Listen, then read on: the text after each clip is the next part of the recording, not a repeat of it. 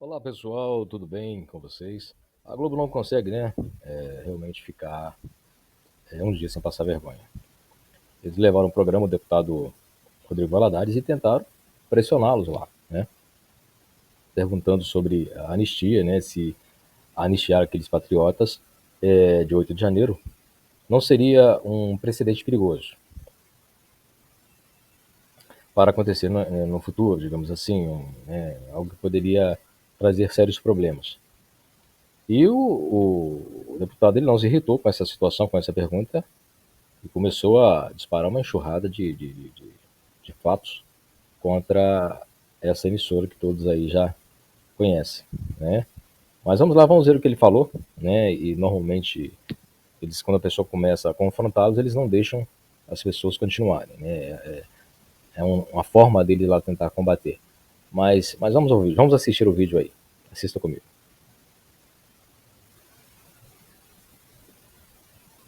Rio de Janeiro não significaria, como disse há pouco a minha colega Sadi, abrir um precedente perigoso para outros incidentes eventualmente parecidos no futuro?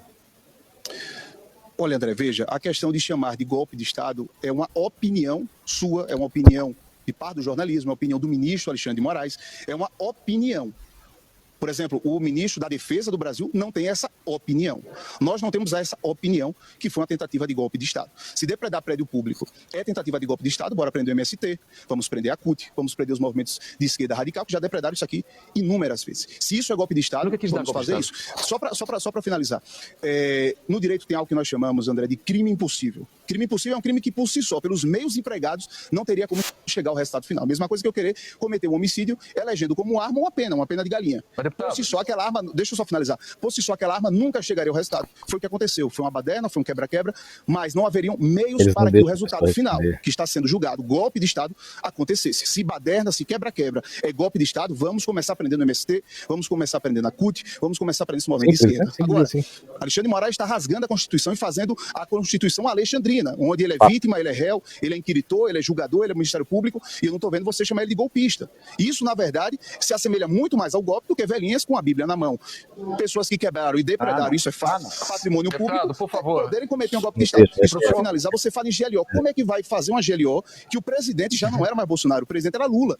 Então, era Lula que ia decretar GLO contra ele mesmo? Eu não consigo entender isso. Se fosse para dar um golpe de Estado, teria se dado esse golpe quando Bolsonaro era presidente. Eu refresco a memória do senhor, deputado, um momento. O então ministro da Justiça, Flávio Dino, instigado a orientar o presidente da República, que se encontrava fora de Brasília, apresentou várias opções naquele momento à mão do presidente para tentar restabelecer a ordem. Uma delas foi a GLO. E o que ficou eternizado, inclusive, no documentário da nossa colega Júlia do Elib, foi a orientação, entre outras pessoas, da própria primeira-dama, Janja, de que não deveria acionar a garantia da lei e da ordem. Agora, eu queria apenas ouvir a opinião do senhor.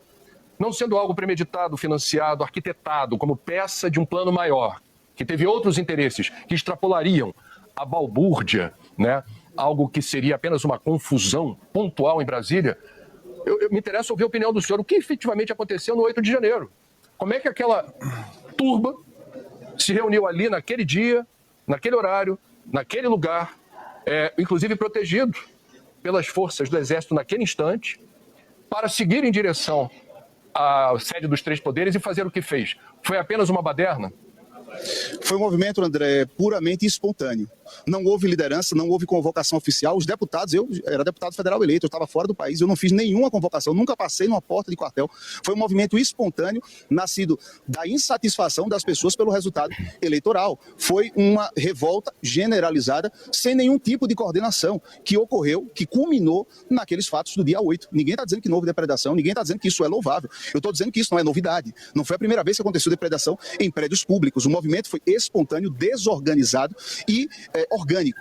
O que nós queremos aqui de maneira muito clara defender é que se isso é dar um golpe de Estado, os participantes estão de parabéns pela incompetência, porque eu nunca vi golpe de Estado e até desmerecer, André, as pessoas que sofreram, países que sofreram verdadeiros golpes de Estado. Por exemplo, Venezuela hoje está sofrendo um golpe de Estado. Exército Supremo da Venezuela, executivo, todo nas mãos de um ditador que está cometendo um golpe de Estado contra a vontade das urnas. Isso é golpe de Estado. Você chamar uma baderna de senhoras que estavam fazendo quebra-quebra com a Bíblia no braço, chamar de golpe de Estado é você até desmerecer as vítimas. Eu vou interromper o senhor. De golpes de Estado de verdade. O senhor me desculpa, só vou interromper. De um outro deputado também, sobre a atuação do Eduardo Bolsonaro lá nos Estados Unidos. Já é uma outra opinião. Vamos lá. Não é, sendo processado, sendo ameaçado de eventualmente de prisão no Brasil, ou ter uma séria desconfiança de que ao descer, né, ao aterrissar no Brasil, ele será preso, né? Ou seja, são situações que realmente, se não aconteceu, poderia vir a acontecer devido aos últimos relatos, né, que vem acontecendo, né, nessa política brasileira atualmente. E estar sendo indiciado a partir de um relatório da Polícia Federal, né, que se comporta como uma espécie de polícia política, analisando a sua ação internacional de denúncia contra a infração de direitos individuais, né, democráticos, enfim, Estado de Direito, direitos humanos no Brasil. Você pode concordar, a gente já conversou várias vezes sobre esse tema aqui, quer dizer, você pode concordar ou não com as demandas, as visões do deputado Eduardo Bolsonaro, ou qualquer outro deputado, pode ser de esquerda, pode ser de direita, mas eles têm direito, não há nenhuma de fazer o seu proselitismo, de ir ao exterior, defender as suas posições. O mundo tem lá quanto? Falando de democracia, né? Eu acho que cada um pode defender a sua opinião, seja ela errada ou não, mas cada um pode emitir a sua opinião. É claro que cada um responde pela sua opinião.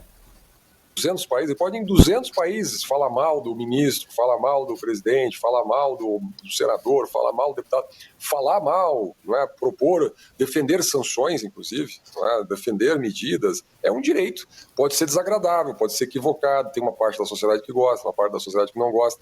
Quando um deputado é o ABC da democracia, parece que esse país precisa assim, entrar na escolinha primária para entender o que é uma democracia. A democracia é o seguinte, as pessoas que ocupam funções de Estado não são as instituições. Né? Você pode fazer uma crítica a decisões dos ministros de um tribunal, ou no caso do Supremo Tribunal Federal, as decisões do presidente da República, né, que é o primeiro magistrado do Poder Executivo, ou a qualquer parlamentar, sem que você esteja fazendo uma crítica à instituição. A instituição é uma abstração. Então, você quando critica o presidente da República, está criticando a presidência da República, a instituição da presidência da República, está criticando as decisões do presidente, que ocupa naquele momento a função de presidente. Quando você critica decisões do ministro, pode ser Alexandre de Moraes, pode ser André Mendonça, pode ser qualquer ministro. Você está criticando decisões do ministro, que segundo o deputado, as decisões do ministro agridem o Estado de Direito. As decisões do ministro, né, ferem parâmetros básicos da democracia brasileira. Aliás, não é só ele que diz isso, né? O próprio ministro Luiz Fux, no voto lá, no longo voto no julgamento do Bolsonaro, disse o quê? Que está errado, que tem que ser na primeira instância, que tinha que ter individualização das penas. Diga-se de passagem, foi um voto de um juiz dentro, como utiliza lá a opinião do Bolsonaro, dentro das regras, né? Dentro das 4 linhas. Porque o restante ali foi uma mera palhaçada. Ele fez isso na condição de ministro divergindo da maioria ali da primeira turma. Vamos lá, então, em qual artigo da Constituição brasileira, em qual artigo das leis brasileiras está a vedação de que um deputado vá ao exterior protestar, criticar, enfim, contra medidas tomadas por autoridades brasileiras? Vamos lembrar, alguns anos atrás, era a esquerda que fazia isso. A esquerda fazia isso em relação aos processos. É por isso que eu falo justamente do sistema da hipocrisia, né? É você pregar e não fazer aquilo que fala. Contra o Lula, né? Iam até o Papa, iam à OEA, iam à ONU, iam no mundo inteiro fazer o seu proselitismo, dizendo que a justiça brasileira era parcial, que havia um golpe sendo dado no Brasil, que o Lula era um preso político. E olha, a gente pode fazer um livro, toda a arenga, todo o proselitismo. A gente podia até comparar. Seria ótimo, vamos comparar o proselitismo da esquerda na época com o proselitismo da direita agora. Então, a direita e a esquerda fazem o seu proselitismo. Só que agora, nossas instituições decidiram criar essa lógica nos crimes, né? Crimes contra a soberania, crimes contra uma suposta obstrução do processo. Imagina, o deputado Bolsonaro teria um poder de influenciar nesta maneira uma decisão da Casa Branca, que teria um poder de obstruir um processo no Supremo Tribunal no Brasil? Isso é factível. Né? Engraçado, né? Já houve algum tipo de obstrução real, a não ser uma posição do governo americano, que é soberano para ter suas posições, com as quais a gente pode concordar. Bom, gente, por hoje é só. Deixe seu like, se inscreva. Daqui a pouco mais informações para você.